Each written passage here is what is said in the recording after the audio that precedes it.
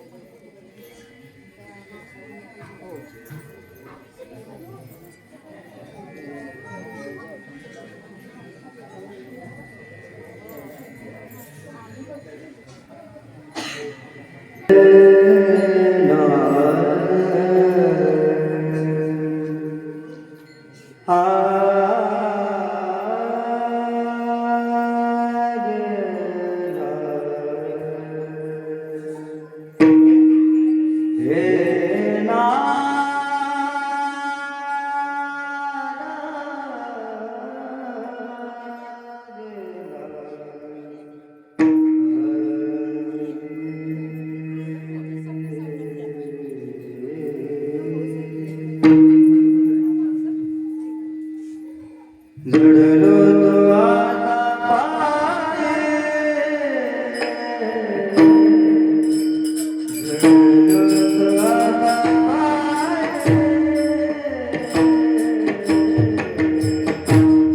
जडलो तो आता पाये,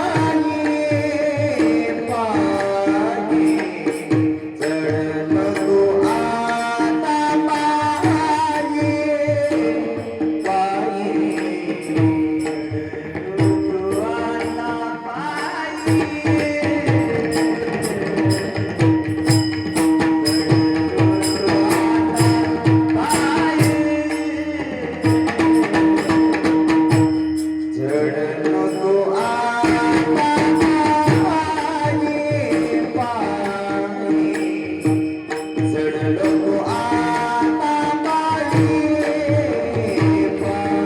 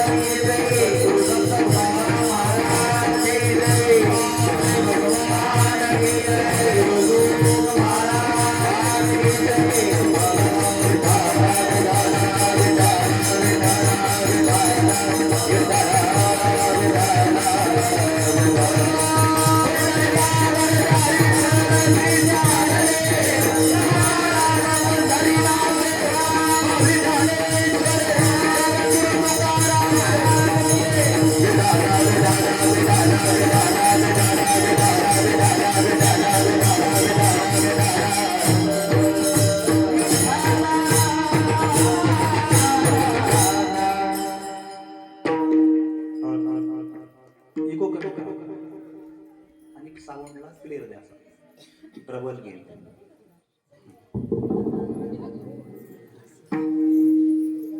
जडलो तो आता पायी हो काही वेगळा तुम्ही संती कृपा केली गंगेचा ओगाची सांभाळिलो माय बापा सांभाळिलो माय बापा केलो तापा वेगळा तुम्ही संती कृपा केली गंगेचा ओगाची ओरसे या जीवधाला ओरसे या जीवधाला तुका ठेला मौन्याची तुम्ही संती कृपा केली गंगेचा ओघाची विठ्ठल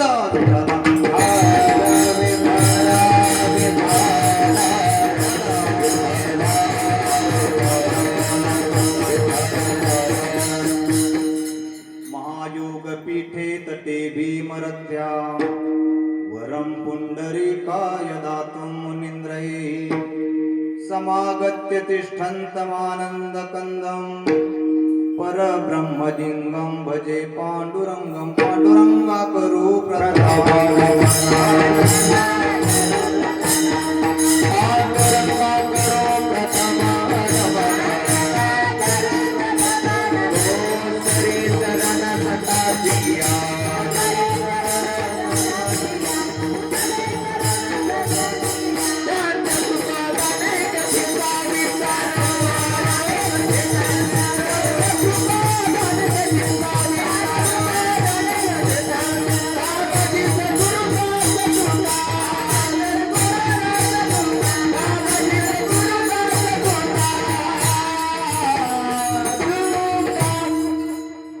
जयांचे केलिया स्मरण होय सकळ विद्यांचे अधिकरण तेची वंदो श्री चरण श्री गुरूंचे ते नमस्कारोनी आता परब्रह्मेचा बोध प्रत्यक्ष दावी तयाची टीका वाचिता ज्ञान देवी अति मूढते आणिले ब्रह्म भावा नमस्कार माझा तया ज्ञान देवा नमो ज्ञानेश्वरा नमो ज्ञानेश्वरा निवृत्ती उदारा सोपान देवा मुक्ताबाई नमो त्रिभुवन पावनी आद्यत्रय जननी देवाची नमो सद्गुरु तुकया ज्ञान दीपा नमो सद्गुरु सच्चिदानंद रूपा नमो सद्गुरु भक्त कल्याण मूर्ती नमो सद्गुरु भास्करा पूर्ण कीर्ती तीन शिरे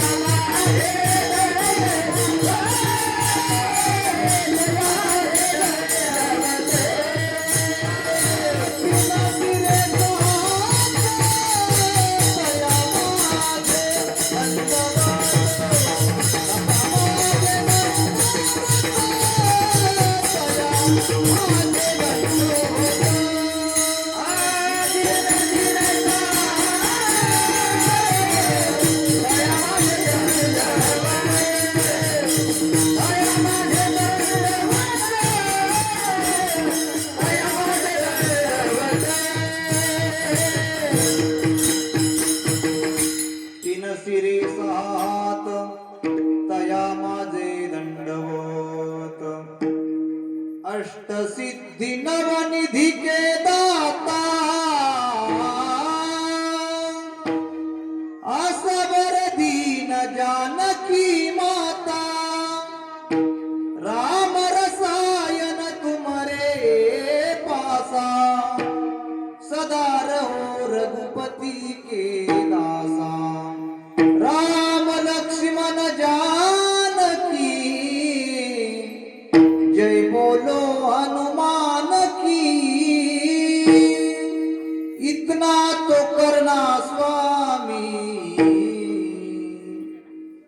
जब प्राण तन से निकले, गोविंद नाम लेके, तब प्राण तन से निकले। उस वक्त जल्दी आना, नहीं शाम भूल जाना, राधे को साथ लाना, जब प्राण तन से निकले, गोविंद नाम लेके, तब प्राण तन से निकले। प्रभु इतना ध्यान देना, जब अंत समय आए, दर्शन का दान देना, जब अंत समय आए। प्रभु इतना ध्यान देना, जब अंत समय आए, दर्शन का दान देना, जब अंत समय आए। विठ्ठल विठ्ठल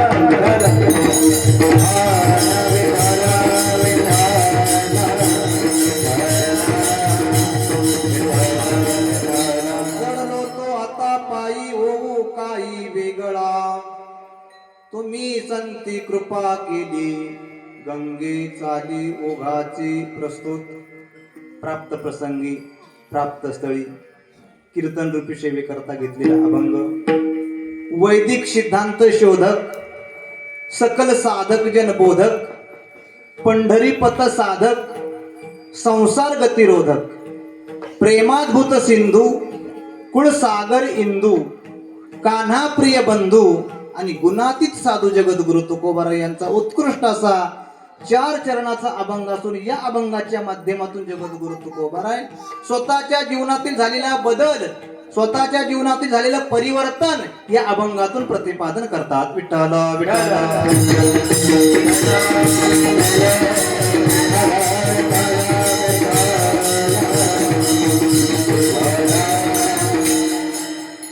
अभंगावरती चिंतन करण्यापूर्वी अल्पसा परिहार द्यायचा तो असा, आपल्या या तोरणेवाडीमध्ये सुरू असणारा अखंड हरिनाम सप्ताह, ग्रंथराज गुरुचरित्र ग्रंथाचे सामुदायिक पारायण, वर्ष 40वे, ज्यांच्या कृपाशीर्वादाने या ठिकाणी हा पारायण सोहळा चालू आहे.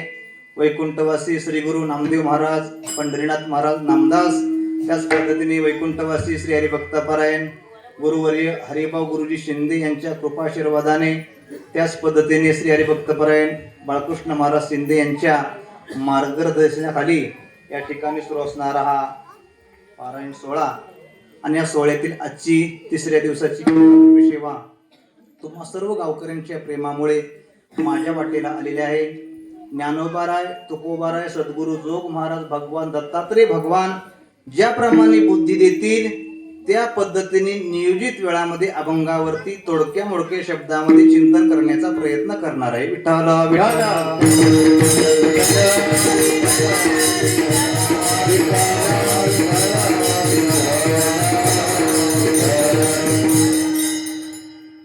आपल्या सप्ताहामध्ये दत्त जयंती येते, गीता जयंती येते, एकादशी येते. किती पर्व काळ आहेत बघा, बरोबर नाही? गीता जयंती आपल्या धर्माचा धर्मग्रंथ कोणता आहे रे? धर्मग्रंथ आपला भगवद्गीता. कोणता? भगवद्गीता. टीव्हीला मालिका कोणती लागती? असू द्या. आपल्या धर्माचा धर्मग्रंथ भगवद्गीता ती कुणी कुणाला सांगितली? भगवान परमात्म्याने अर्जुनाला सांगितली. कुठं सांगितली? मानकीला, कुरुक्षेत्रावरती सांगितली. धर्मक्षेत्र असणाऱ्या कुरुक्षेत्रावरती सांगितली. त्या भगवद्गीतेमध्ये काय सांगितलेलं आहे? तर त्या भगवद्गीतेमध्ये धर्म आणि नीती कशी असावी त्या धर्मग्रंथामध्ये सांगितलेली आहे. त्या भगवद्गीतेची सुरुवात धर्म शब्दाने झालेली आहे आणि त्या भगवद्गीतेचा शेवट नीती शब्दाने झालेला आहे. धर्मक्षेत्रे कुरुक्षेत्रे समवेतायुयोत्सवः मामका पांडवाश्चैव किम कुर्वत संजय. हा भगवद्गीतेचा सुरुवातीचा श्लोक आहे. आता शेवटचा श्लोक. यत्र योगेश्वर कृष्णो यत्र पार्थो धनुर्धरा तत्र श्रीर्विजयो भूतिर्ध्रुवा नीतिर्मतिर्मम. नीती शब्दाने शेवट आहे आणि धर्म शब्दाने सुरुवात आहे. ध शब्दाने भगवद्गीतेची सुरुवात आहे आणि म शब्दाने भगवद्गीतेचा शेवट आहे. धर्म आणि नीती कशी असावी ज्या ग्रंथातून शिकण्याकरता मिळते त्याला भगवद्गीता म्हणतात. विठ्ठल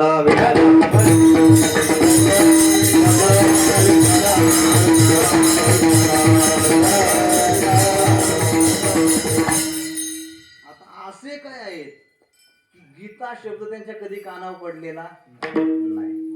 परंतु ऐका, भगवद्गीतेसारखा ग्रंथ जरी आपल्याला कळत नसेल, संस्कृत भाषेमध्ये आहे हो. संस्कृत भाषा समजते का? हा, म्हणून कुठं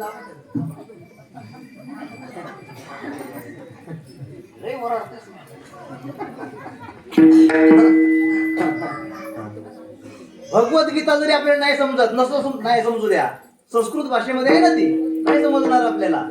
परंतु ज्ञानोबारांची केवढी मोठी कृपा. संस्कृताची गाठी उघडवणी ज्ञानदृष्टी केलीशी मराठी गीता देवी. तीच भगवद्गीता. आपल्याला ती समजत नाही. ज्ञानोबारांना समजलं की या जगाला भगवद्गीता समजत नाही. मग तोच अवतार धरी अलंकापुरासी ज्ञानाबाई सुंदरी तारावया. तोच भगवान श्रीकृष्ण परमात्म्याने तोच अवतार आळंदीमध्ये ज्ञानोबारांच्या रूपाने घेतला आणि ज्ञानोबारायांनी त्याच भगवद्गीतेवरती सुंदर अशा 9,000 ओव्यांचा ज्ञानेश्वरी ग्रंथ निर्माण केला. या श्लोकामध्ये जे सांगितलेलं आहे ना तेच ज्ञानोबारायांनी मराठी भाषेमध्ये ओव्यांच्या रूपाने आणलेलं आहे. गीते भरटे का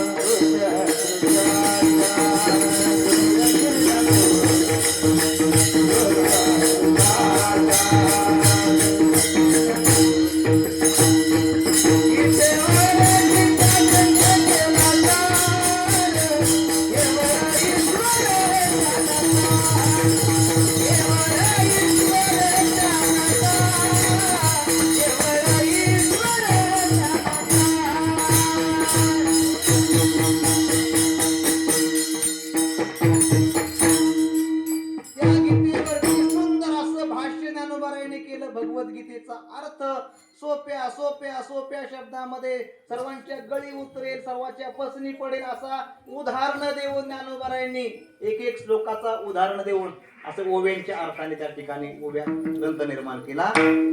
त्या ग्रंथाला म्हणतात ज्ञानेश्वरी ग्रंथ. ज्ञानोबारायांनी प्रत्येकाच्या अधिकाराप्रमाणे ग्रंथ निर्माण केले. तो सर्वसामान्य प्रकारचा मनुष्य त्याच्याकरता सुद्धा ग्रंथ निर्माण केला. त्याच्यापेक्षा उच्च अधिकारी त्याच्याकरता ग्रंथ निर्माण केला.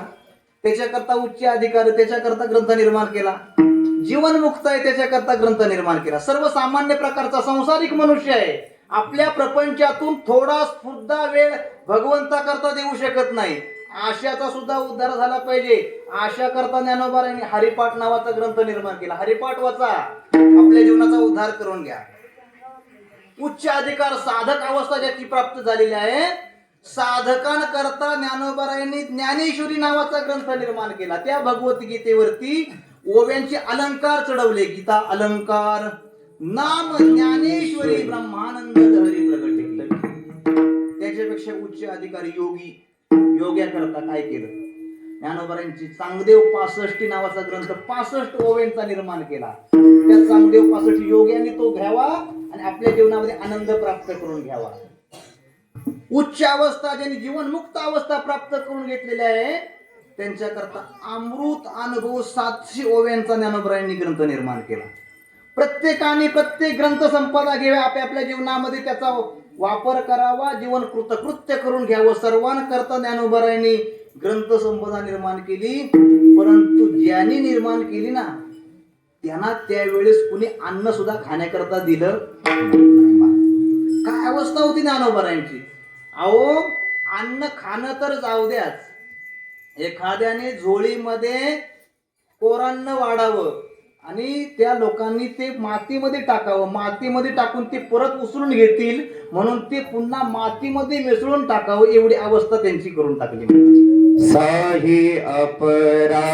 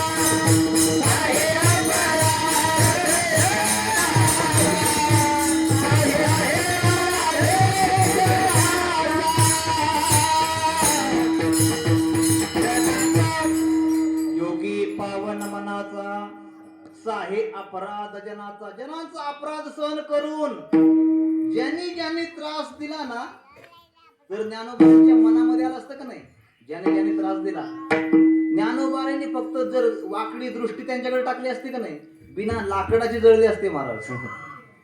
मला सांगा, पाठीवरती मांडी भाजण्याकरता ज्यांना पाठीवरून जाळ काढता येतो त्यांना दुसऱ्याची हाडं जाळण्याकरता जाळ निर्माण करता येत नाही का? केला असता, परंतु नाही. जगाकरता काय केली? कृपाच केली. आज तुम्हाला सांगतो, त्यावेळेस त्यांना खाण्याकरता मिळालं नाही, पण आजच्या काळामध्ये त्यांचं एकदा जो नाव घेतो ना, तो दोन्ही टाइम उपाशी राहत नाही. विठ्ठल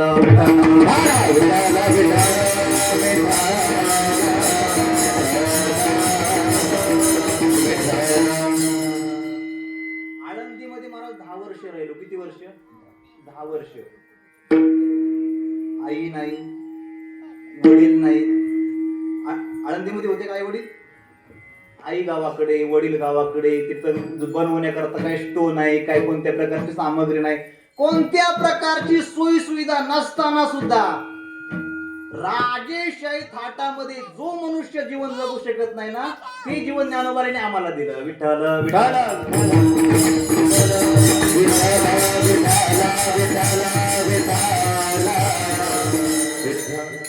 इकडं तुम्ही श्रीखंड पुरी खाताना जो आनंद तुम्हाला प्राप्त झाला ना, शिळे तुकडे खाण्यामध्ये ज्ञानोबारांनी तोच आनंद आम्हाला प्राप्त करून दिला महाराज. केवढी मोठी ज्ञानोबारांची कृपा आहे. आणि अशा ज्ञानोबारांनी त्या भगवद्गीतेवरती काय केला? मराठी शब्दामध्ये अनुवाद केला. भगवद्गीता त्या ठिकाणी ग्रंथ निर्माण केला. आणि अशी गीता जयंती आपल्या सप्ताहामध्ये येते. एकादशी सारखा पर्व काळ आपल्या सप्ताहामध्ये येतो आणि भगवान दत्तात्रयांची जयंती साजरी करण्याचं भाग्य आपल्याला प्राप्त होतं. आपण परम भाग्यवान आहोत. विठ्ठल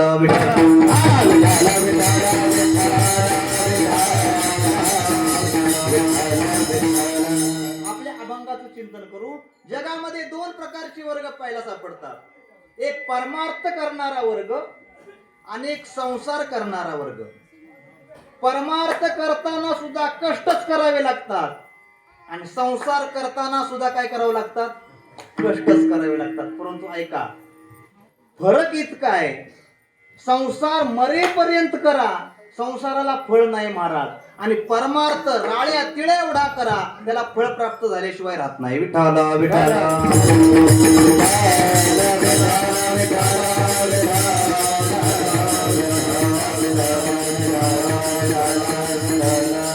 एखाद्या मनुष्याने जन्माला आल्यापासून मरेपर्यंत संसार केला आणि त्याच्या मनाप्रमाणे जर त्याला फळ प्राप्त नाही झालं आणि त्याला विचारलं, का रे बाबा इतक्या दिवस संसार केला, तुला काय फळ प्राप्त झालं का? त्यावेळेस त्याची अशी अवस्था प्राप्त होती, त्याचे उद्गार असे निघतात, येथे अवघे वाया गेली दिसती सायास.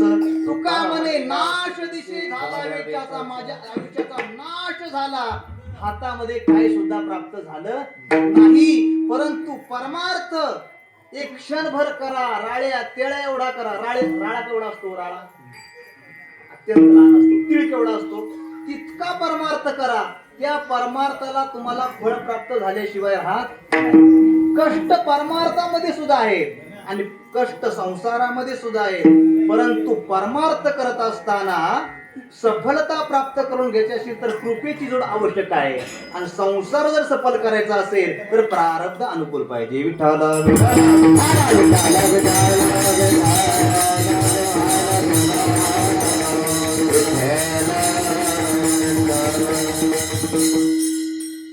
दुसऱ्या बाजून जर विचार केला तर आपण म्हणतो संसार असा आहे, संसार तसा आहे, संसार दुःखमूळ आहे. ठीक आहे, परंतु संत महात्मे सांगतील त्या पद्धतीने मनुष्य संसार करेल तर मनुष्याचा संसार सफळ झाल्याशिवाय राहत नाही. संत महात्मे कसा संसार करतात? तुकोबारे सांगतात, जोडोनी याधन उत्तम व्यवहार,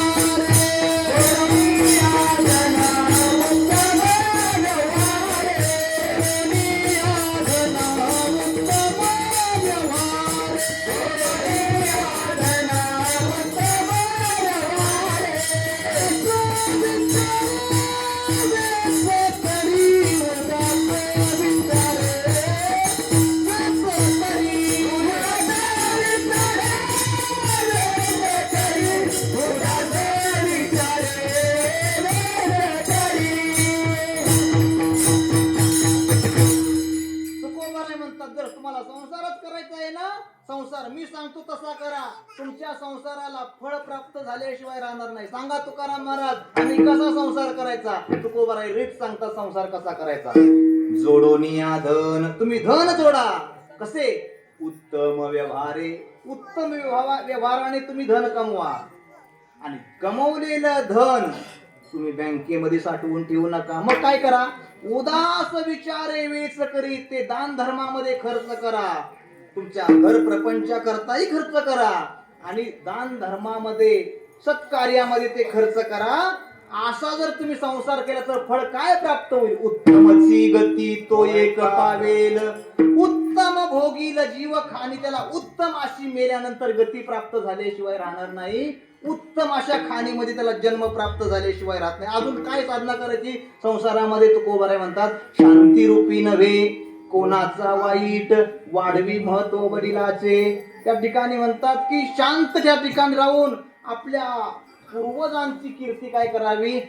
वाढवावी. आणि असं जर केलं तर त्या ठिकाणी उत्तमची गती तो एक पावेल, उत्तम भोगील जीव खाणे. परंतु संसार करत असताना तुम्ही कष्ट करताय परंतु इच्छित फळ प्राप्त होत नाही. त्याचं कारण आहे तुमच्या संसारामध्ये तुमचं जर कर्म, तुमचं प्रारब्ध, तुमचं दैव तुम्हाला जर अनुकूल नसेल तर कष्ट करून सुद्धा ते फळ प्राप्त होत नाही. विठ्ठल विठ्ठल विठ्ठल.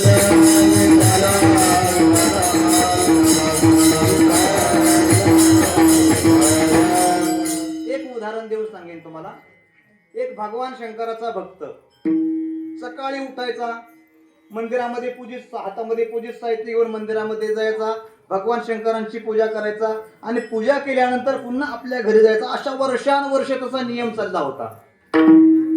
एक दिवस कैलासामध्ये पार्वती माता भगवान शंकरांना सांगते, का हो एक भक्त मृत्यू लोकांमध्ये तुमची दररोज सेवा करतोय, वर्षानुवर्ष त्याचा नियम चालू आहे, पण त्याच्या जीवनातील दारिद्र्य तुम्ही घालवत नाहीत. हे माझ्या बुद्धीला काही पटत नाही. तुमची भक्ती करतोय ना, त्याच्या जीवनातलं दारिद्र्य तुम्ही काय करायला पाहिजे? घालवाय पाहिजे. मग भगवान शंकर पार्वती मातेला सांगतात, तुला जे कळतंय ते मला कळत नसेल का? मलाही कळतंय त्याच्या जीवनातलं दारिद्र्य घालवावं, त्याचे दारिद्र्य नष्ट व्हावं, तो श्रीमंत व्हावं हे मलाही समजतंय. परंतु पार्वती, त्याच्या दैवामध्ये धन लिहिलेलं ते मला काही सांगायचं नाही. त्याला धन मिळालं पाहिजे, तो श्रीमंत झालाच पाहिजे. आता भगवान शंकरांचा नाईलाज झाला. दुसऱ्या दिवशी भगवान शंकरांनी काय केलं? एक मोहराचं सोन्याचं पोतं भरलं, एक हिऱ्याचं पोतं भरलं. अशी 2 पोती भरून पार्वती मातेला घेऊन भगवान शंकर, जो भक्त आपल्या मंदिरामध्ये जात होता, त्या रस्त्यामध्ये जाऊन उभे राहिले. तो पूजा करण्याकरता आला. पूजा केली. पूजा केल्यानंतर तो परत आपल्या घरी चालत असताना, सर्वांनी लक्ष देऊ नये का बरं का, आता तुम्हाला मी हिरे वाटणार आहे. तुम्ही मला चांगले हिरे भेटले तुम्ही. आता तो हिऱ्याचं, भगवान शंकर हिऱ्याचं आणि त्या सोन्याच्या मोहरांचं पोतं घेऊन त्या वाटेमध्ये उभे आहेत. हा पूजा करतोय. पूजा झाली. पूजा करून तो घरी चालत असताना एक सद्ग्रस्त त्याला भेटला. भेटल्यानंतर तो असा होता, डोळ्याने आंधळा होता. आणि आंधळा मनुष्य समोरून चालत येत असताना याच्या मनामध्ये विचार आला, अरे आपण केवढे भाग्यवान आहोत, आपल्याला 2 डोळे भगवंताने दिले. पण हा आंधळा मनुष्य जन्मल्यापासून आंधळा आहे, आतापर्यंत आंधळ्यासारखा चालतो. परंतु किती अवघड जीवन आहे आंधळ होऊन चालणं. आपण परीक्षा त्याची, आपण ते कसा चालतो हे बघायला पाहिजे. म्हणून त्यानं स्वतः डोळे बंद केले आणि आंधळा कसा चालतो हे प्रात्यक्षित करायला लागला. डोळे बंद केले, चालायला लागला. चालत चालत चालत पुढे गेला. ज्या ठिकाणी भगवान शंकर उभे होते, त्यांनी वाटेमध्ये पोती अशी आडवी टाकली महाराज, त्या कुणाच्या? भक्ताच्या. परंतु आंधळा कसा चालतो हे प्रात्यक्षिक करण्यामध्ये तो मोहरांची पोती ओलांडून पुढे गेला.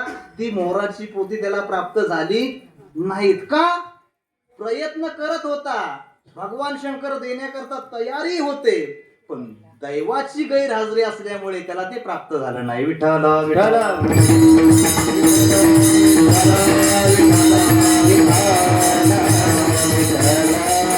संसारामध्ये कष्ट करा, परंतु त्याला जर नशिबाची प्रारब्धाची साथ नसेल तर ते तुम्हाला प्राप्त होऊ शकत नाही. परमार्थामध्ये परमार्थ करा.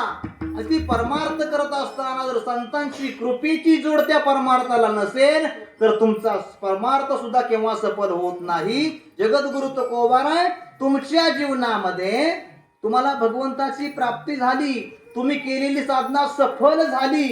सफल का झाली तर त्याचं उत्तर अभंगाच्या 2 चरणामध्ये. हा तुम्ही संती कृपा केली,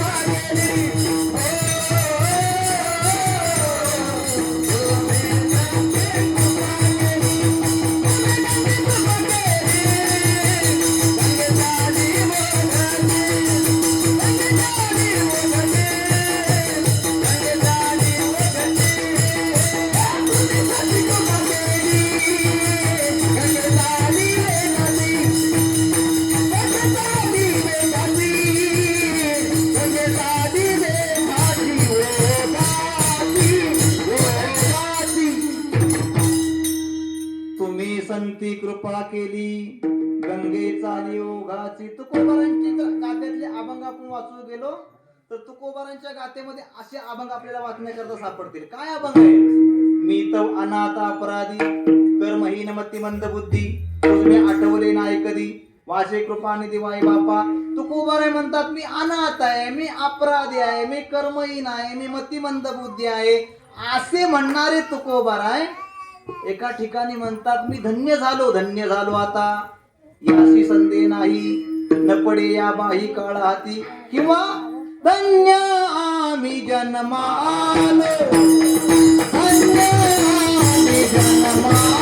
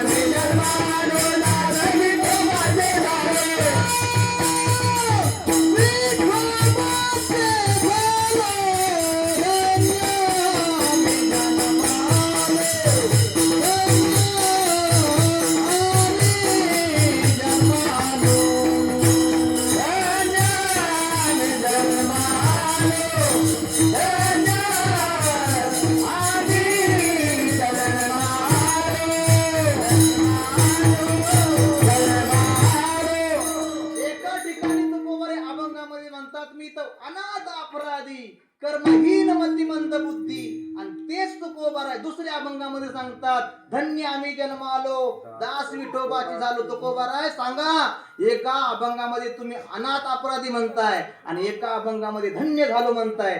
तुकोबार आहे म्हणतात मी धन्य झालो उद्गार तेव्हाच काढतो केव्हा तुम्ही संती कृपा केली संतांची कृपा झाली आणि माझं जीवन काय झालं धन्य झालं महाराज धन्य झालं. मी तुम्हाला विचारतो तुम्ही तोरणेवाडीतलेत ना तुम्ही गावाला कधी आले? रविवारी म्हणजे किती दिवस झाले आतापर्यंत? 4 दिवस. 4 दिवसामध्ये तुम्ही गावातून फिरला असाल ना? घाबरू नका बरं का. मी काय तुम्हाला अडचणीत नाही आणणार. मी तुमच्याच पक्षाचा आहे.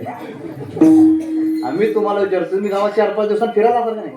तोरणेवाडीत म्हशी किती आहेत म्हशी? हे विचाराय बोलवतोय तुम्हाला. आहेत का नाही म्हशी? आहेत. किती आहेत तरी अंदाजे? तुम्ही जाऊ द्या तुम्हीच तोडतो तुम्हाला पुढच्या वेळी विणी बाबा. तोरणेवाडीत म्हशी किती आहेत? एकच. मग म्हशी पत्र ते केवढे कसं गेलेलं आहे मग? बर 4-5 धरून चाला. त्या म्हशीला रेडी किती येतो? रेडी आहेत का तोरणेवाडीत? एक आहे ना. मग तोरणेवाडीत असं कुणाला वाटतं का की त्या रेड्याचं जाऊन दर्शन करावं? कुणाला सुद्धा वाटत का वाटत नाही? कारण त्या रेड्यावरती ज्ञानोबारांची कृपा नाही. मला सांगा आपण अहिल्यानगरला जाताना एक आळे फाटा लागतो. आळे फाटा तिथं रेड्याची समाधी आहे महाराज. रेड्याची समाधी. कुठल्या रेड्याची समाधी? ज्या रेड्याच्या मुखातून ज्ञानोबाईंनी वेद वदवले रेड्याच्या डोक्यावरती हात ठेवला आणि त्या रेड्या तिथं मृत्युमुखी पावला आणि ते रेड्याची तिथं काय आहे समाधी आहे. ते रेड्याची आजही वारी भरते महाराज. त्या रेड्याची वारी भरते. मला सांगा त्या रेड्याची वारी का भरते? त्या रेड्याच्या समाधीवरती डोकं का ठेवलं जातं? कारण त्या रेड्यावरती कृपा कुणाची झाली? संतांची. ज्ञानोबारायांच्या हात त्या रेड्याच्या डोक्यावर ठेवण्याच्या अगोदर रेडा धन्य होता का? नव्हता धन्य. परंतु ज्ञानोबारायांनी त्या रेड्याच्या डोक्यावरती हात ठेवला. रेड्या मुखी वेद बोलविला गर्वद्विजांचा हरविला शांती रूपी प्रगटला ज्ञानोबा माझा. रेड्याचं जीवन तेव्हाच धन्य झालं की ज्ञानोबारांच्या कृपेचा वरदहस्त त्या रेड्याच्या डोक्यावरती पडला. सच्चिदानंद बाबांचं जीवन तेव्हा धन्य झालं की सच्चिदानंद बाबांना ज्ञानोबारायांनी काय केलं, जिवंत केलं महाराज. तिथून उठल्यानंतर ज्ञानोबारायांनी ज्ञानेश्वरी सारखा ग्रंथ त्यांच्या हातून लिहून घेतला. संतांची कृपा झाल्यानंतर जीवन धन्य बनत असतं. तुकोबाराय म्हणतात, माझं जीवन तेव्हाच धन्य झालं, तुम्ही संती कृपा केली, गंगे चाली ओघाली. तुम्ही माझ्यावरती कृपा केली, पण कशा पद्धतीने कृपा केली? गंगे चाली ओघाची. गंगेचा ओघ जसा ओहळावरती कृपा करतो, तशी तुम्ही माझ्यावरती कृपा केली. विठ्ठला विठ्ठला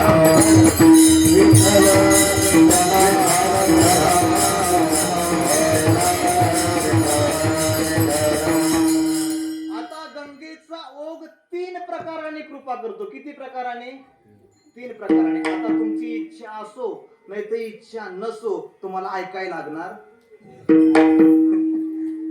एकाने जांभळ विकत घेतली. काय घेतली? जांभळ विकत घेतली. आता पावशेर जांभळ विकत घेतली आणि रस्त्याच्या बाजूला एका ठिकाणी सावलीत खाली जाऊन तो खाऊ लागला जांभळ. आता जांभळ खात असताना त्या जांभळामध्ये भुंगा आला. भुंगा, भुंगा माहिती ना कसला असतो? जांभळासारखाच असतो. मग त्या जांभळामध्ये भुंगा आला.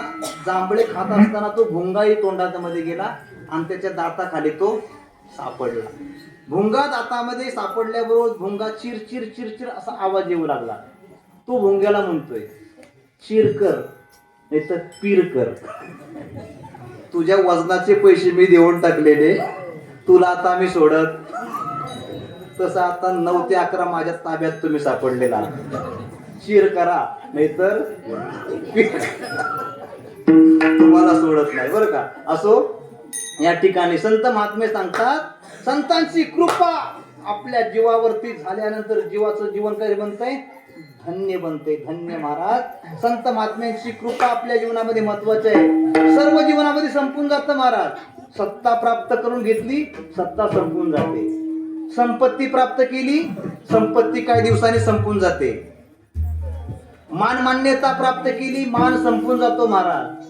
परंतु संतांनी कृपा केलेली कृपा संपत नाही. कृपादान केले संती, कल्पांतीही सरेना. कल्पच्या कल्प जरी निघून गेले ना तरी संतांनी केलेली कृपा तेव्हा सुद्धा संपत नाही.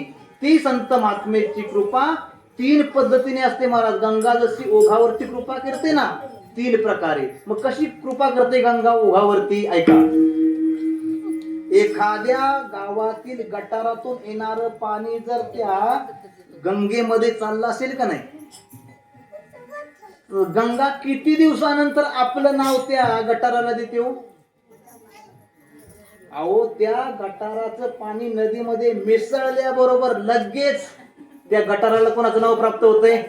नदीचं नाव प्राप्त होतंय. तसं संत महात्म्यांच्या संगतीमध्ये आपण गेल्याबरोबर काय अवस्था प्राप्त होते? आपणा सारिखे करीती तात्काळ, आपणा सारिखे करीती तात्काळ, आपणा सारिखे करीती तात्काळ, आपणा सारिखे करीती तात्काळ. नाही काळ वेळ तया लागे, नाही काळ वेळ तया लागे, आपणा सारिखे करीती तात्काळ, आपणा सारिखे करीती तात्काळ.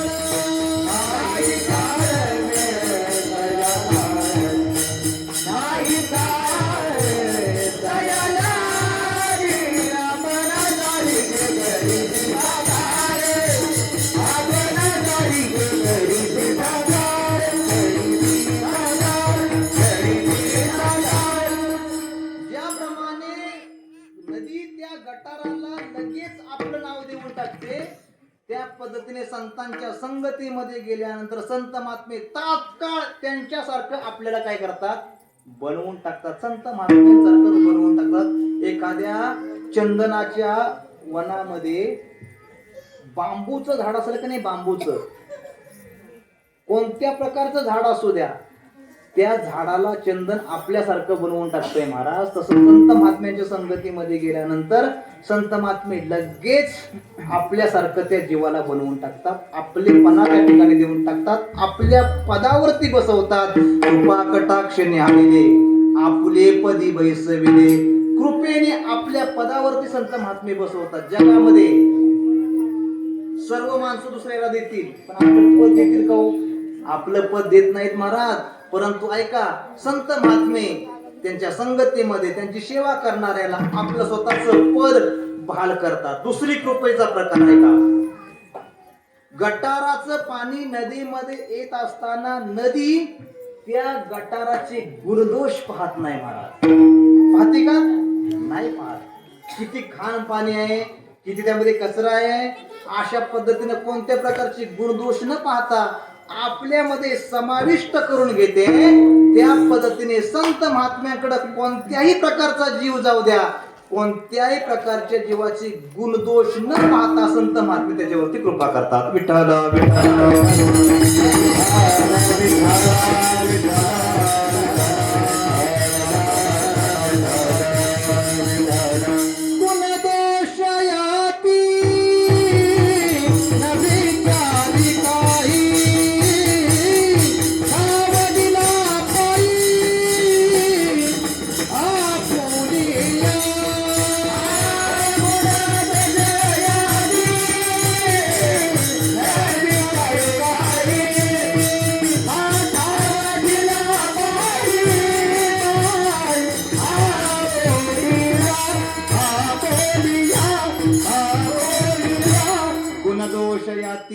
न विचारी काही ठाव दिला पायी आपुल्या. ते संत महात्मे स्वतःच्या पायाजवळ त्या जीवाला काय देतात? थारा देतात महाराज. संत महात्म्यांच्या वैरी असला तरी संत महात्मे त्याच्यावर कृपाच करतात आणि संतांचा सेवक असला तरी संत महात्मे त्याच्यावरती कृपाच करतात. त्याच्याकरता ज्ञानोबारांची 12व्या अध्यायामध्ये एक ओवी आहे. एक मनुष्य आहे, हातामध्ये झाड घेतलेलं आहे, टिकाव खोरं घेतलेलं आहे, झाड लावण्याकरता निघाला. झाडाची लावणी केली. लावणी केल्यानंतर त्या झाडाला दररोज पाणी घालतोय. असे वर्षानुवर्षे त्याने त्या झाडाला पाणी घातलं. झाड विस्तीर्ण झालं, झाड सावली देऊ लागलं. आणि अचानक एक मनुष्याच्या घरी जळणा करता लाकडं कमी पडली.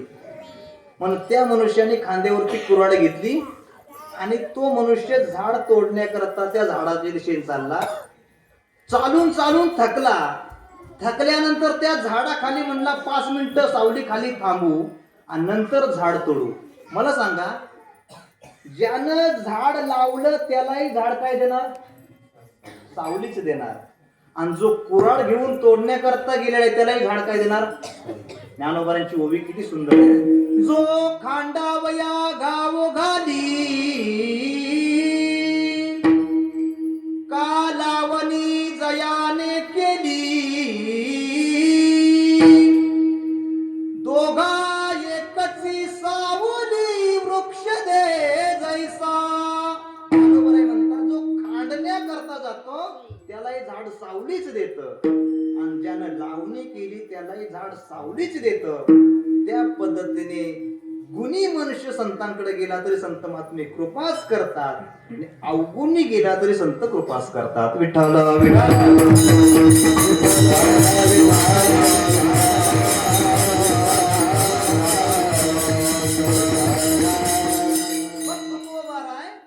तुमच्या जीवनामध्ये संतांनी अशी कृपा केली, त्या संतांच्या विषयी तुमच्या अंतःकरणामध्ये काय कृतज्ञता, काय अनन्यता आहे का?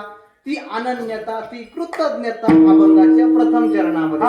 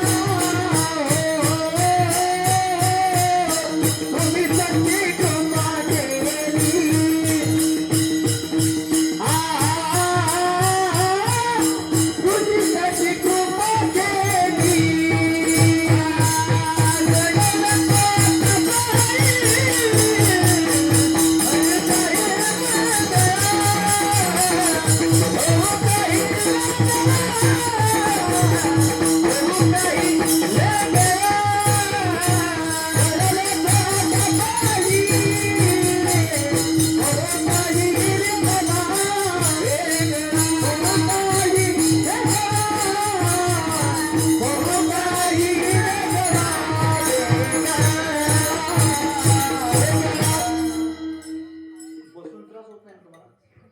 मांडी घातल्यामुळे त्रास होतोय का तुम्हाला? आवाज मोकळा सोडा. खाली बसल्यामुळं काय आहे सध्या गुडघ्याचा त्रास खूप वाटतो. गुडघ्याचा बसून त्रास होतो. आता तुम्हाला एक मी व्यायाम सांगणार आहे जेणेकरून तुमची गुडघं कायम काय होणार आहे, बंद होणार आहे. पण तुम्ही तो व्यायाम करायला पाहिजे बरं का. करणार व्यायाम तुम्ही सर्वांनी करणार. औषध कुठं खायचं नाही, आवश्यकता नाही. कुठं 1 रुपये खर्च करण्याची आवश्यकता नाही. फक्त तुम्ही कीर्तनात बसतात, प्रवचनामध्ये बसतात, हरिपाठामध्ये बसतात. अशा भक्तांना त्रास होऊ नये म्हणून तुम्हाला एक उपाय सांगतोय फक्त. सांगू का? हा, एका ठिकाणी बसायचं आणि अशी मान हलवायची. बाबा हलवा तुम्ही. अरे वा, जमतंय घ्या. हलवा हलवा हलवा हलवा. हा जमतंय. हा तुम्ही हलवा तुम्ही. पण इतक्या हळू हलवून कधी फरक पडणार? थोडी अशा हलवायची बघा. हलवा असं नाही, असं असं असं बघा. हा हा हा असे हलवा. पण ही कधी हलवायची? जेवाय बसल्यानंतर कोण वाढाय आला, विठ्ठल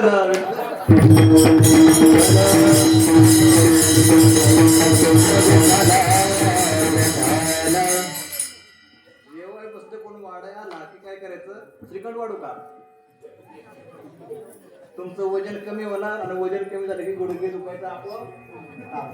जर तुम्हाला फरक नाही पडला माझा नंबर लिहून घ्या. तुकोबाराय म्हणतात त्या संतांविषयी माझी अनन्यता, माझी कृतज्ञता काय आहे? मी त्या संतांच्या पायाच्या ठिकाणी माझं जीवन जडलं गेलं, जडलो होतो आता पायी काळी वेगळा. आता त्या संतांच्या चरणाच्या पासून मी केव्हा सुद्धा वेगळा होऊ शकत का? संत महात्मे जीवनामध्ये उपदेश करत असताना फक्त उपदेश करत नाहीत महाराज. संत महात्मे जीवनामध्ये उपदेश करत असताना स्वतः जीवनामध्ये उपासना करतात आणि दुसऱ्याला सांगतात, उपदेश करतात. समाजामध्ये त्यांची काय पडते? छाप पडते महाराज, छाप पडते. एक जण म्हटला, महाराज त्या संतांची जीवनामध्ये छाप पडते, माझी का छाप पडत नाही? त्याला म्हणलं तू गाय छाप खायचं कमी कर की. तू गाय छाप खाऊन तुझी छाप पडणार आहे का? नाही पडू शकत. संत महात्म्यांच्या जीवनामध्ये त्याग, उपासना, त्यांचं वैराग्य, त्यांची भक्ती इतकी जबरदस्त होती महाराज. त्यांचा जीवनाचा प्रभाव सर्वसामान्य प्रकारच्या मनुष्याच्या जीवनावरती पडायचा आणि सर्वसामान्य प्रकारच्या मनुष्याच्या जीवनाचा काय व्हायचा? उद्धार व्हायचा. गोवाळे म्हणतात त्या संत महात्म्यांच्या चरणाजवळ माझं जीवन जडलं गेलं, जडलो तो आता पायी, होऊ काही वेगळा. आता मी त्यांच्या चरणापासून यत्किंचित सुद्धा वेगळा होऊ शकत नाही. ते जडणं कसं असतं थोडं एक उदाहरण देऊ सांगतो तुम्हाला. भीमक राजा कोणाचा? रुक्मिणी मातेचे वडील. आणि भीमकी त्या ठिकाणी रुक्मिणी मातेचा भाऊ कोण? भीमक राज. भीमक काय म्हणतात त्याला? काय? रुक्मी. आणि त्या ठिकाणी भीमक राजा, त्या दोघांनी रुक्मिणी मातेचा विवाह करण्याचं ठरवलं. आता विवाह करण्याचं ठरवल्याबरोबर त्यांनी कुणाशी विवाह ठरवला? शिशुपालाशी विवाह ठरवला. शिशुपालाशी विवाह ठरवल्याबरोबर रुक्मिणी मातेची प्रकृती दिवसेंदिवस अशी खालावत चालली. मग तिच्या मैत्रिणी एकत्रित आल्या आणि तिला विचारू लागले, का ग तुझ्या घरी काही खाण्याकरता कमतरता आहे का? राजवाडा आहे तुझा, खाण्याकरता कोणत्या प्रकारची कमतरता नाही, घरामध्ये भरपूर आहे, सकस आहार आहे, तरी सुद्धा तुझी दिवसेंदिवस प्रकृती खालावत चालली, काय प्रकार आहे? त्यावेळेस ती रुक्मिणी आपल्या मैत्रिणीला सांगते, मला काय झालेलं नाही, अचानक तुझी प्रकृती खालावत चालली, काहीतरी तुझ्या प्रकृतीमध्ये बिघाड झालेला आहे. आपण एखादा वैद्य बोलावून आणू आणि ते वैद्याला तुझी प्रकृती दाखवू. तो वैद्य काहीतरी व्यवस्थितपणाने इलाज करेल आणि तुझी प्रकृती पूर्ववत झाल्याशिवाय राहणार नाही. त्यावेळेस ती रुक्मिणी माता आपल्या मैत्रिणींना सांगते, काय म्हणते? नका काही उपचार माझ्या शरीरा, करो न सहावे मज बहु होतो उबारा, मनोजन्य व्यथा वेद झाला अंतरा, लवकरी अनाया नंदाच्या कुमरा, ओ सखिया वेसिया तुम्ही प्राणवल्लभा, निवेदिला भाव अर्थ होतया लोभा. ती रुक्मिणी माता मैत्रिणीला सांगते, मला काही झालेलं नाही, एकच करा, तो सावळा भगवान परमात्मा माझ्या ठिकाणी घेऊन या, तो मी पाहिल्याबरोबर माझी प्रकृती व्यवस्थित झाल्यासारखी मला वाटण्याशिवाय राहणार नाही. त्यावेळेस त्या मैत्रिणी त्या रुक्मिणी मातेला म्हणतात, ऐकलंस का, तुझं लग्न त्या शिशुपालाबरोबर ठरवलेलं आहे आणि ते लग्न तुझं त्या शिशुपालाबरोबर होणार असताना तू कुणाला सांगतेस? त्या नंदाच्या पोराला आणा, त्याला कधी तू पाहिला नाहीस, तुमची त्याची कधी भेट झालेली नाही, आणि अशा वेळेस तू त्याला बोलवण्याकरता आम्हाला सांगतेस, कशावरून तू त्याच्याशी भाळलेली आहेस? त्यावेळेस ती सांगते, वेधले वो मन तयाची गुणी, क्षणभरी न विसंबे विठ्ठल रुक्मिणी, वेधले वो मन तयाची गुणी. त्याचं गुण मी माझ्या कानाने नारद मुनींच्या कानातून ऐकले, त्या सुदेव ब्राह्मणाच्या मुखातून त्याचे गुण मी ऐकले आणि त्याला त्या ठिकाणी माझ्या मनामध्ये जडून बसलेला आहे. पंढरपूरचा निळा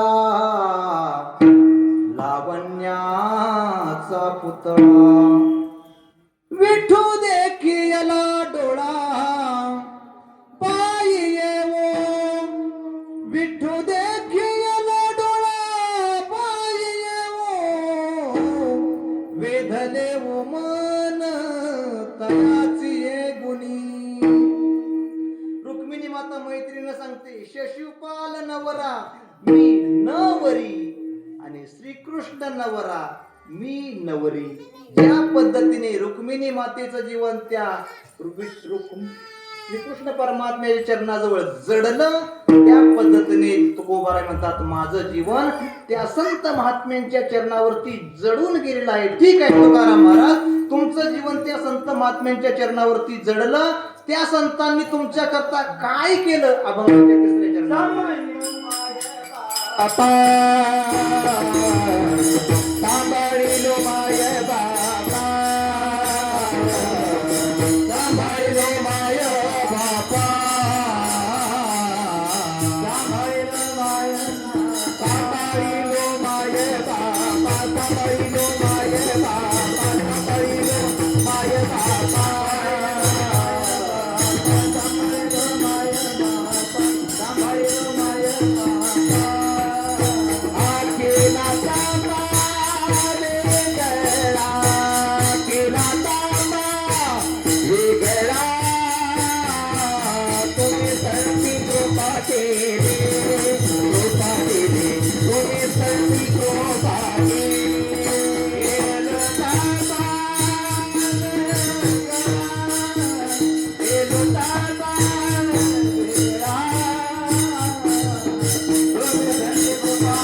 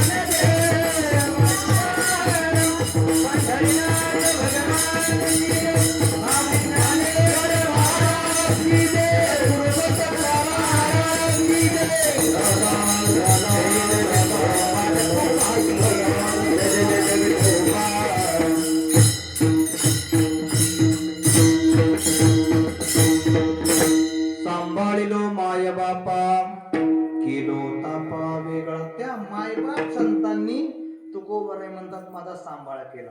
संत महात्मे सांभाळतात. सांभाळिले, सांभाळिले, सांभाळिले अनाथा, अनाथ जीवांचा संत महात्मे सांभाळ करतात. कशा पद्धतीने सांभाळ करतात? एखाद्या गोठ्यामध्ये गाय असावी.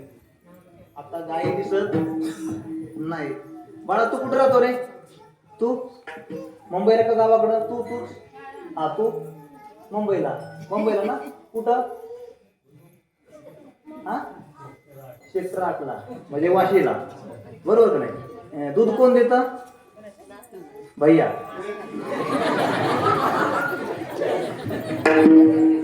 मुंबईची पोरं भैयाच सांगणार हो. मुंबईला गाय कुठं आहे? संत महात्मे सांभाळ कसे करतात सांगतो तुम्हाला. एखादी गावरान गाय असावी. गाई नुकतीच व्यालेली असावी. पोटामध्ये भरपूर भूक लागलेली असावी तिचा. पण घरामध्ये गोट्यामध्ये तिच्या समोर टाकण्याकरता एकही काडी नसावी. त्या मालकाने तिला चरण्याकरता रानामध्ये सोडलेली असावी. ती रानामध्ये शरीराने चरते, पण लक्ष मात्र चरण्याकडे नसतं महाराज तिचं. तिचं लक्ष कुठं असतंय? गोठ्यामध्ये वासराकडे लक्ष असते. तुकोबारे म्हणतात, तुका म्हणे वत्स धेनू वेचे चित्ती तैसे मज येती सांभाळून. गाय जशी वासराचा सांभाळ करते, संत महात्मे तसे जीवाचा काय करतात? सांभाळ करतात. सांभाळिलो माय बापा केलो तापा वेगळा. ज्या पद्धतीने आई बाप मुलाचा सांभाळ करतात, संत महात्मे त्या पद्धतीने जीवाचा काय करतात? सांभाळ करतात. म्हणून संत महात्म्यांना आईची आणि वडिलाची उपमा दिलेली आहे. तुम्ही संत माय बाप कृपावंत कायमी पतित कीर्तिमान. मला सांगा, संत महात्म्यांचं शिक्षण महाराज इतकं उच्च आहे महाराज, उच्च शिक्षण. ज्ञानोबारांच्या ज्ञानेश्वरीमध्ये भाषा 56 आहेत. किती? 56 भाषा. पण वाङ्मयामध्ये एकही इंग्रजी शब्द संत महात्म्यांनी वापरलेला. आता तुम्ही कुठल्या ग्रंथाचं पारायण करताय? गुरुचरित्राचं का नाही? एकही शब्द इंग्लिश त्या ग्रंथामध्ये आहे का? इंग्रजी शब्द एकही नाही महाराज. ज्ञानेश्वरीमध्ये इंग्रजी शब्द एक सुद्धा, तुकोबारांच्या गात्यामध्ये इंग्रजी शब्द एक सुद्धा त्यांना वापरता आला नसता का? तुम्ही संत मम्मी पप्पा कृपावंत असं लिहिता नसते की. नाही, तुम्ही संत माय बाप कृपावंत कायमी पती. संत महात्मे माय बाप आहेत आणि ते आपला सांभाळ करतात. तुकोबारे म्हणतात, माझा तिने सांभाळ केला. सांभाळिलो माय बापा आणि केलो तापा वेगळा. मला तापाच्या वेगळं केला. तर तुकोबारांना कोणता ताप आला होता?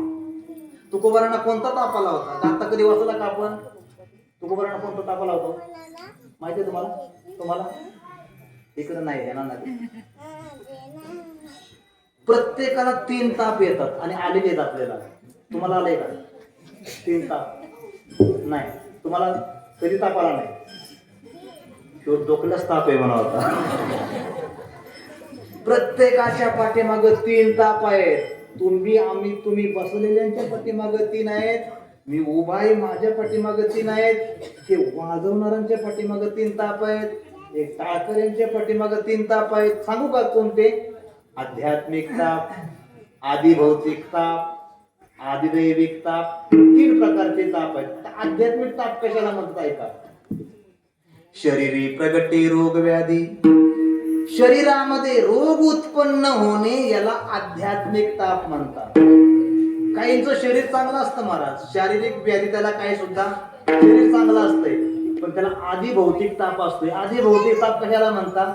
शरीर चांगलं आहे पण शेजाऱ्या पाजाऱ्यापासून होणारा ताप त्याला काय म्हणतात? आधी भौतिक ताप. काहींचं शरीर चांगलं असतंय तर शेजारी चांगला नसतोय. काहींचा शेजारी चांगला असतोय तर शरीर चांगलं नसतंय. बरोबर का नाही?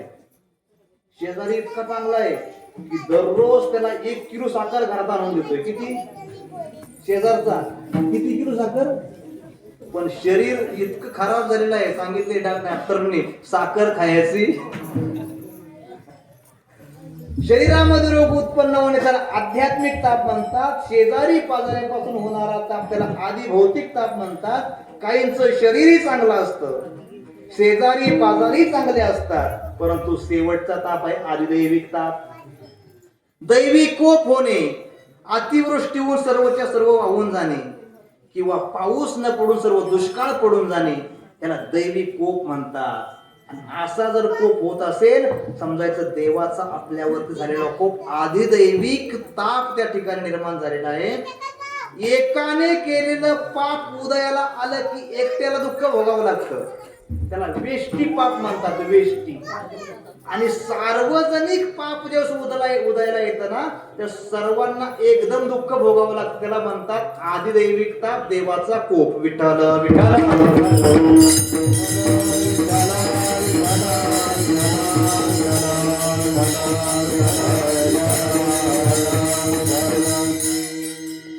आता लोकांची बोंबाबोंब आम्ही ऐकली. अहो आताच आलं होतं चांगलं, सर्व खाली पडलं हो. आहे का नाही? सर्वांची बोंब आहे का नाही? आहे का नाही? चांगलं आलं होतं का नाही, पण सर्व कुठं गेलं, पडून गेलं. आता आपल्याला किती वाईट वाटतंय, वाटतंय का नाही. आता ऐका, मऊ माहिती ना सर्वांना, मऊ त्याने किती सायास करून जमा केलेली असते मधू. अहो इतकी जमा केलेली असतात, त्याला बसून खायचंच असतंय. ते कुठून तरी शोधत जातंय, म्हणतं सातेळू सापडलं म्हणते. सर्वच्या सर्व कापून आणते महाराज. त्या माशांना किती दुःख होत असेल. आपण दुसऱ्याच्या दुःखाचा कधी विचार करत नाही. आपलं थोडं दुःख असलं की आपण जगामध्ये काय करतोय महाराज, प्रगट करून दाखवतो. त्याचं घरच उद्ध्वस्त करतोय आपण महाराज. त्याचा आपण मनामध्ये थोडा सुद्धा कधी विचार केला नाही महाराज. दिवसेंदिवस किती कोस अंतरावरती मधमाशी जाते, ती पिन जमा करून आणते. बरं ती मध कशी तयार होते सर्वांना माहिती आहे का तुम्हाला, कशी मध तयार होते. ती पिन आणते, स्वतः खाते आणि खाल्यानंतर तिच्या पोटामध्ये ती मध निर्माण होते आणि मध निर्माण झाल्यानंतर ती मुखाद्वारे उलटी करते महाराज. उलटी तिच्या पोटामध्ये अशी काय मशनरी भगवंताने बसवून ठेवलेली आहे. किती प्रकारचे, कुठं घाणीवरती बसेल, कुठं गटारात बसेल, कुठं फुलावरती बसेल, अनेक प्रकारे कोस कोस अंतरावर निघून जाते ती आणि गेल्यानंतर तिथला तो पिन जमा करते, स्वतः गिळंकृत करते. तिच्या पोटामध्ये अशी प्रक्रिया निर्माण होते, पोटामध्ये मध तयार होते महाराज आणि मुखाद्वारे त्या पोकळीमध्ये त्या काय करते, वांती करते महाराज, उलटी करते आणि तो मध काय होते, निर्माण करते. किती उलटी किती करत असेल होती हा. एका वेळेस कितीतरी एखादा गव्हाच्या त्या कणा एवढा उलटी करत असते, असं एवढा पोळा निर्माण करते. किती कष्ट असतील, किती सायास असतील आणि हा एक दिवस जातो बादलीच घेऊन जाते आणि सर्वच्या सर्व ते कापून घेऊन येते महाराज. त्यांच्या जीवनामध्ये केवढं मोठं दुःख आहे.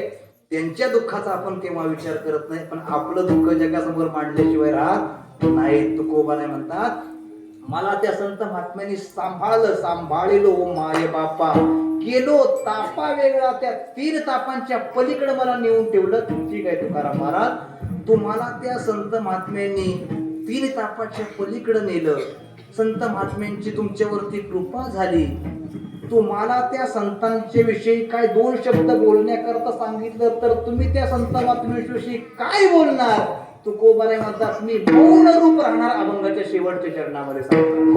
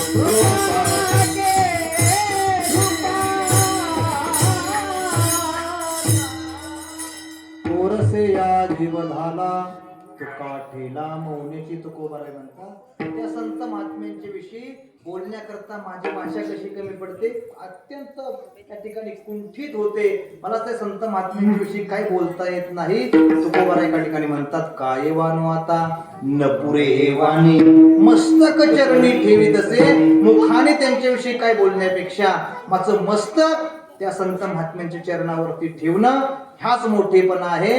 संत महात्म्यांचे वर्णन करण्याकरता आपली वाचा काय ठेवते, कमी पडते महाराज. म्हणून तुकोबाराय म्हणतात त्या ठिकाणी मी त्यांच्याविषयी काही बोलू शकत नाही. संत महात्म्यांच्या विषयी जर बोलायचं ठरलं तर मी मौन धारण करतो. तुका ठेला मौनेची. म्हणून जगद्गुरु तुकोबारांच्या जीवनामध्ये जे परिवर्तन झालं, जगद्गुरु तुकोबारांच्या जीवनामध्ये जे बदल झाला, जगद्गुरु तुकोबारांच्या जीवनामध्ये संतांची कृपा झाली, संत महात्म्यांचा जसं संत महात्म्यांनी सांभाळ केला, आपल्या जीवनामध्ये तेच परिवर्तन व्हावं, आपल्या जीवनामध्ये तोच बदल व्हावा, आपल्या जीवनामध्ये त्या संतांची कृपा व्हावी, त्या संतांकडून आपला सांभाळ केला जावा, अशी संत महात्म्यांच्या चरणी प्रार्थना करून शेवेला पूर्णविराम. ज्ञानेश्वर माऊली ज्ञानराज माऊली तुकाराम, ज्ञानेश्वर माऊली ज्ञानराज माऊली माऊली ज्ञानराम तुकाराम ज्ञानेश्वर माऊली ज्ञानराम तुकाराम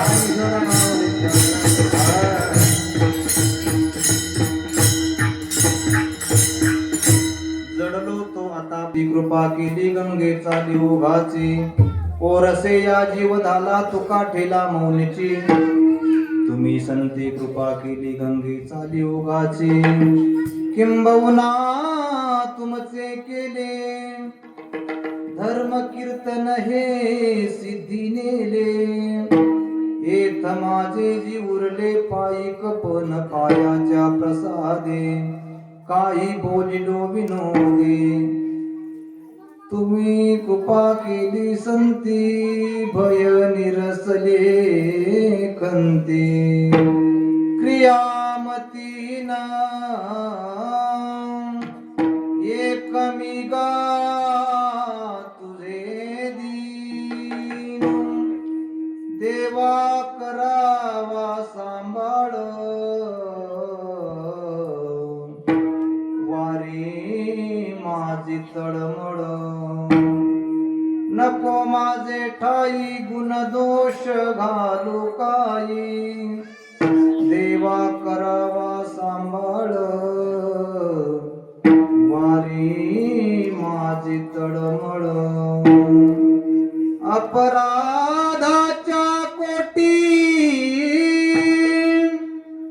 तुका मने घाला पोटी देव वाकडी का नीट देव जाणे कोणा कारणे झालेसे निर्माण देवाचे कारण देव जाणे असे झालेले सेवा ज्ञानोबाराय तुकोबाराय सद्गुरु जोग महाराज भगवान दत्तात्रयांच्या चरणी समर्पित करायचे सेवेमध्ये जे काही बरोबर असेल ते सर्व गुरुजनांचं आहे वारकरी शिक्षण संस्था आळंदी देवाच्या सर्व गुरुजनांचं आहे चुकीचं असेल ते माझ्या महाराज त्यांचं वय काय आहे पण टाळ घेऊन या ठिकाणी उभे आहेत टाळे वाजवा त्यांच्याकरता थोडं आमच्या गावातलं पण आहे बरं का येतं आहे का नाही काय आतिश नाही का तो आता काही दिवसांनी आतिषबाजी करणार आमचे मंदिरातले पुजारी बाळवतात नाही का त्यांचा नातू आहे बरं का तो ह्या गावातली ही सर्व त्यांच्याकरता टाळ्या वाजवा यांच्याकरता ही सर्व मुंबईकर मंडळी यांच्याकरता वाजवा अत्यंत छोटीशी वाडे परंतु अत्यंत भव्य दिव्य असा या ठिकाणी कार्यक्रम साजरा करत आहेत या ठिकाणी कार्यक्रम करता दोन मृदंगाचार्य किशोर महाराज आणि आपल्याच गावातले नाही का नाव यश महाराज यांच्याकरताही टाळ्या वाजवा आपल्या गावातले एक मृदंगाचार्य त्या ठिकाणी तयार झाला बरोबर नाही आणि आपले कीर्तनकार अनिल महाराज कीर्तनकार गायनाचार्य अत्यंत स्वभाव गोड आहे महाराज अशी आपल्या भागामध्ये मंडळी तयार झाली पाहिजे बरोबर का नाही एक एक अशी तयार झाली पाहिजे बाहेरून किती काही आणायचे आपले बरोबर का नाही आपल्या भागामध्येच झाली पाहिजे सर्व तयार आता पुढल्या वर्षी तुम्हाला मी बोलवणार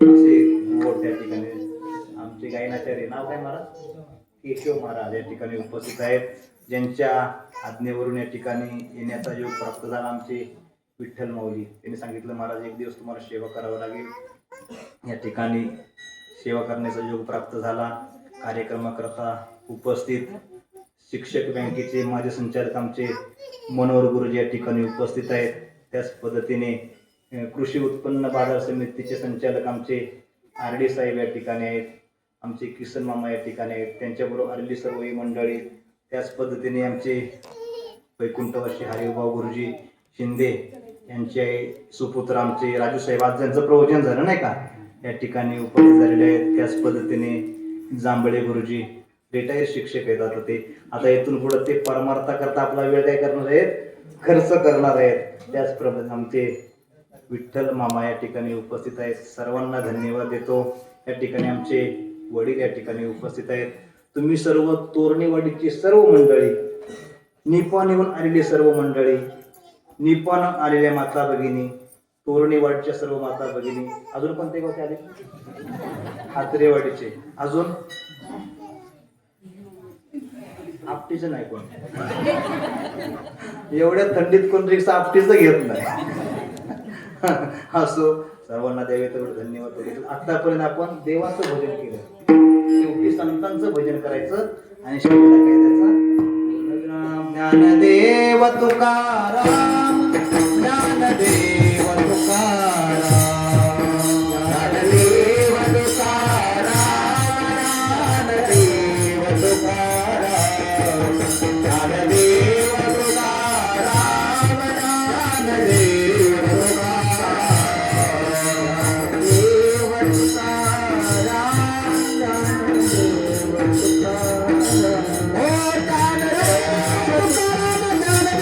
तुकाराम, ज्ञानदेव तुकाराम, ज्ञानदेव तुकाराम,